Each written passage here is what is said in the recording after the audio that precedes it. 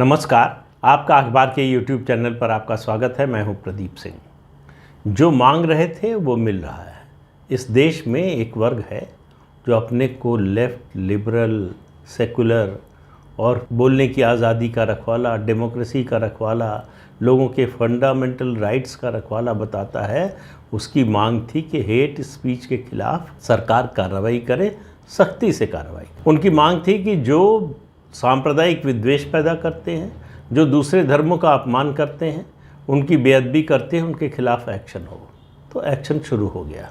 Delhi police की cyber intelligence cell है, intelligence fusion and strategic operations, IFSO।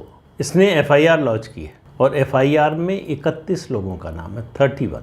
इसमें नुपुर शर्मा का भी नाम है, नवीन जिंदल का भी नाम है और सबा नकवी का भी नाम है और असदुद्दीन ओवैसी का भी नाम है। इसमें राजस्थान के मौलाना मुफ्ती नदीम का भी नाम है, जिसने सार्वजनिक रूप से बयान दिया कि पुलिस के सामने मैं नुपुर शर्मा की आंखें निकाल लूँगा, हाथ काट दूँगा।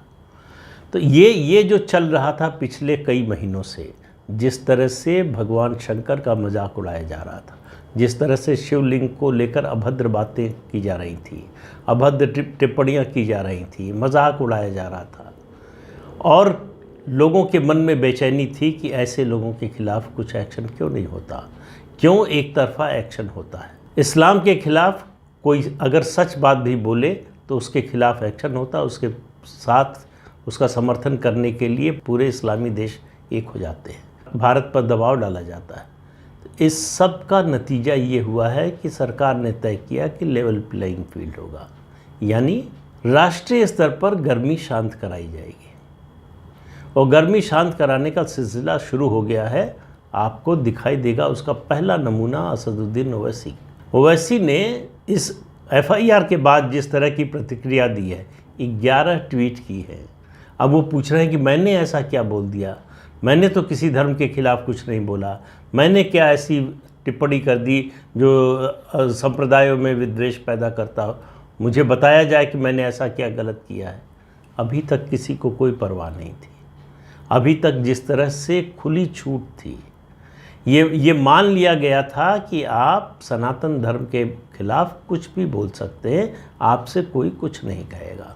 और ये जो सिलसिला था, उसका फ़ायदा उठाते हुए धीरे धीरे ये बढ़ता जा रहा था कि हिंदू धर्म का मजाक उड़ाओ, हिंदू धर्म के खिलाफ अपशब्द बोलो, हिंदू धर्म के जो मानने वाले हैं उनका अपमान करो, हिंदू देवी देवताओं का अपमान करो। जो हिंदू देवियों के नग्न चित्र बनाता हो, उसका समर्थन करने वाले इस देश में कम नहीं थे। मैं मकबूल फ़िदा हुसैन की बात कर रहा हूँ। यही कतर मैंने बताया था कि इन्होंने ही अपने यहाँ नागरिकता दी थी। तो अब सवाल ये है कि अब होगा बराबरी का मामला। सरकार ने आखिरकार ये तय किया है कि कानून की नज़र में सब बराबर होंगे। अगर किसी धर्म के खिलाफ बेअदबी गलत है, उससे सांप्रदायिक सौहार्द बिगड़ता है, उस धर्म का अपमान होता है, तो ये सभी धर्मों पर एक समान लागू होता है। ऐसा नहीं हो सकता कि ये इस्लाम की बेअदबी का आरोप लगे तो वो अपराध है और सनातन धर्म की बेअदबी का आरोप लगे तो वो मजाक का विषय है, वो इग्नोर करने की चीज़ है, उस पर ध्यान देने की ज़रूरत नहीं है। और जो उसके खिलाफ एक्शन की बात करे वो सांप्रदायिक है, वो देश का माहौल बिगाड़ना चाहता है, वो सांप्रदायिक सद्भाव बिगाड़ना चाहता है। ये सब जो नैरेटिव बनाया जा रहा था वो अब बंद होने जा रहा है। ये जो 31 लोगों के खिलाफ FIR दर्ज हुई है, ये कानून के मुताबिक चलने का पहला संकेत है कि अब सरकार ये नहीं देखेगी कि कौन किस संप्रदाय से है, धर्म से है, जाति से है। अगर वो कानून का उल्लंघन करता है तो उसके खिलाफ एक्शन होगा। ये जो अपीज़मेंट का सिलसिला 75 साल चला ना, उसमें ये भी था कि अगर मुसलमान कुछ इस तरह की बात करता है किसी दूसरे धर्म के खिलाफ, तो उसको इग्नोर करना चाहिए, उस पर ध्यान नहीं देना चाहिए, वो कोई बड़ी बात नहीं है, वो कोई महत्वपूर्ण बात नहीं है। ये बदलने जा रहा है। ये नुपुर शर्मा प्रकरण का ये फलित है कि जो मांग रहे थे वो मिल रहा है। तो अब वहाँ खलबली है। वैसी के बयान आप देखिए तो उससे आपको पता चलेगा कि तीर वहाँ लगा है जहाँ लगना चाहिए था। दुखती रग पर जो है हाथ रखा गया है, और ये कोई भेदभाव करके नहीं, किसी कानून का उल्लंघन करके नहीं, कानून का पालन करके। अब आप देखिए कि ये माहौल, इस तरह का रवैया मुस्लिम समाज का उस परिस्थिति में है जबकि भारतीय जनता पार्टी और यहाँ तक कि आरएसएस, जिससे मुसलमान सबसे ज़्यादा नाराज़ रहता है, नफ़रत करता है, विरोध करता है, आज तक आरएसएस ने कभी नहीं कहा कि भारत का मुसलमान खराब है, कभी भारत के मुसलमान पर प्रहार नहीं किया। हमेशा कहा कि जिन लोगों ने गलत किया वो आक्रांता थे, वो बाहरी थे। भारत का जो मुसलमान है वो उनमें नहीं है। भारत का मुसलमान ठीक है, वो आक्रमणकारी थे जिन्होंने ये सब किया, लेकिन भारत का मुसलमान क्या कर रहा था?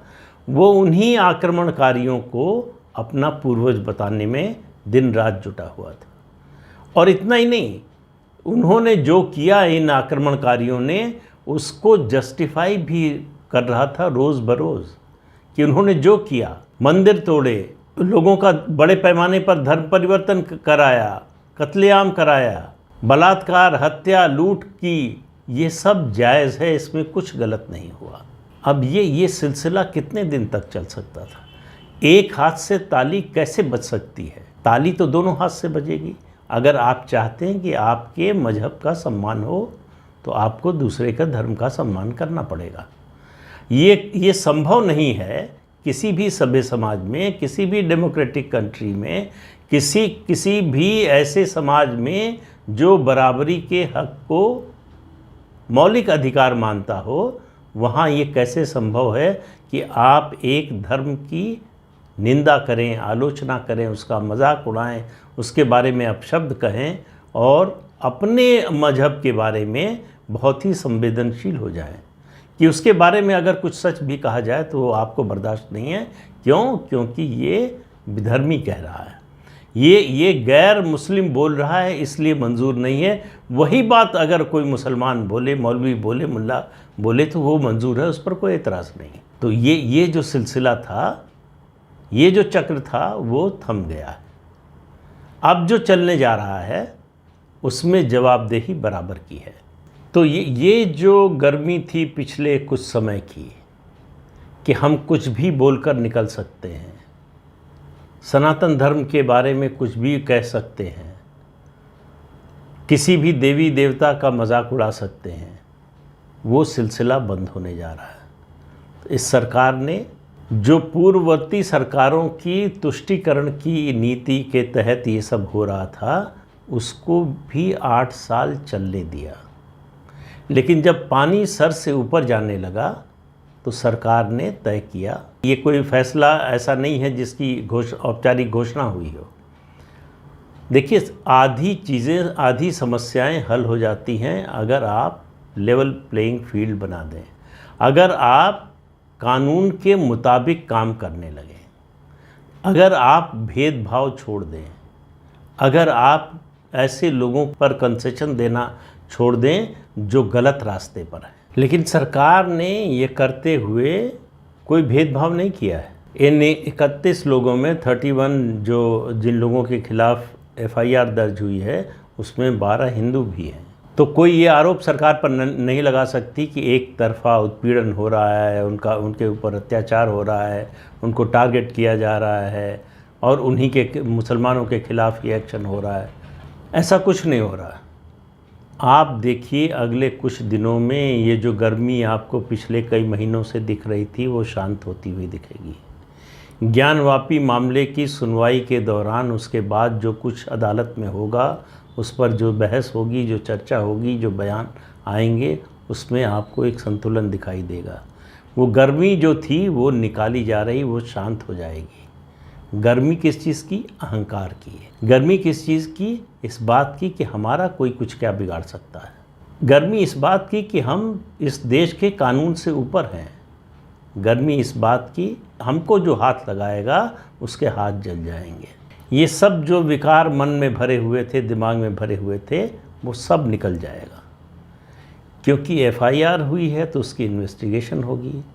और चूंकि ये साइबर सेल का मामला है तो उसी एफआईआर में कहा गया है कि आपने हेट स्पीच का सर्कुलेशन करके न केवल बोला है, जिन लोगों ने बोला है और जिन्होंने बोला है उसका सर्कुलेशन करके आप समाज में वैमनस्य पैदा कर रहे हैं, समाज में तनाव पैदा कर रहे हैं। तो अलग अलग धाराओं में इन लोगों पर एफआईआर दर्ज हुई है। अब इसका इन्वेस्टिगेशन होगा, क्योंकि जो मामला दर्ज किया गया है वो सोशल मीडिया को खंगालने के बाद वहाँ से इन सब लोगों के खिलाफ जो कुछ बोला है, जो इन्होंने आगे बढ़ाया है, जिस तरह प्रचार किया है, जिस तरह उकसाने का काम किया है, वो सब एविडेंस निकालने के बाद ये एफआईआर दर्ज हुई है। तो इस मुकदमे में अगर अदालत में बहुत लंबी तारीखें न लगीं तो आप मान कर चलिए कि सज़ा का सिलसिला बहुत जल्दी शुरू होने वाला है। तो जो गर्मी शांत करने का सिलसिला उत्तर प्रदेश से शुरू हुआ था, अब वो राष्ट्रीय स्तर पर पहुंच गया है। और राष्ट्रीय स्तर पर इसलिए पहुंचा है कि इसके लिए मजबूर कर दिया था। कोई विकल्प नहीं छोड़ा था सरकार के सामने, व्यवस्था के सामने, न्यायपालिका के सामने, प्रशासन के सामने। इसके अलावा कुछ बचा नहीं था। ये ज़रूरी हो गया था जिस तरह से देश को बदनाम करने के लिए, देश को दबाव में डालने के लिए सोशल मीडिया पर अभियान चलाकर मुस्लिम देशों को भड़काने का काम हुआ। टूल किट बनाकर जिस तरह से मुस्लिम देशों को उकसाने का काम हुआ, वो सब यहीं के लोगों ने किया, बाहर के किसी व्यक्ति ने नहीं किया। ये उकसाने का, भड़काने का, सोशल मीडिया पर ये अभियान चलाने का काम, अब उन सब को जवाब देना होगा कानून को और कानून की अदालत में। अब वो बचकर इसलिए नहीं निकल सकते कि एक खास समुदाय से आते हैं, चाहे वो हिंदू हो चाहे मुसलमान हो। अगर गलत किया है तो उसके खिलाफ मुकदमा होगा और साबित हुआ तो उसे सज़ा मिलेगी। यही कानून का राज कहलाता है। जब लोगों के मन में कानून का डर हो तब समाज शांतिपूर्ण ढंग से चलता है और उसी दिशा में सरकार आगे बढ़ रही है। तो इसका नतीजा आपको बहुत जल्दी दिखने वाला है। थोड़ा सा इंतज़ार करते हैं। तो इस अंक में इतना ही। अगले अंक में फिर मिलेंगे किसी नए मुद्दे के साथ। तब तक के लिए इजाज़त दीजिए। आपसे अनुरोध है कि चैनल देखिए, शेयर कीजिए, लाइक कीजिए और सब्सक्राइब ज़रूर कीजिए। नमस्कार।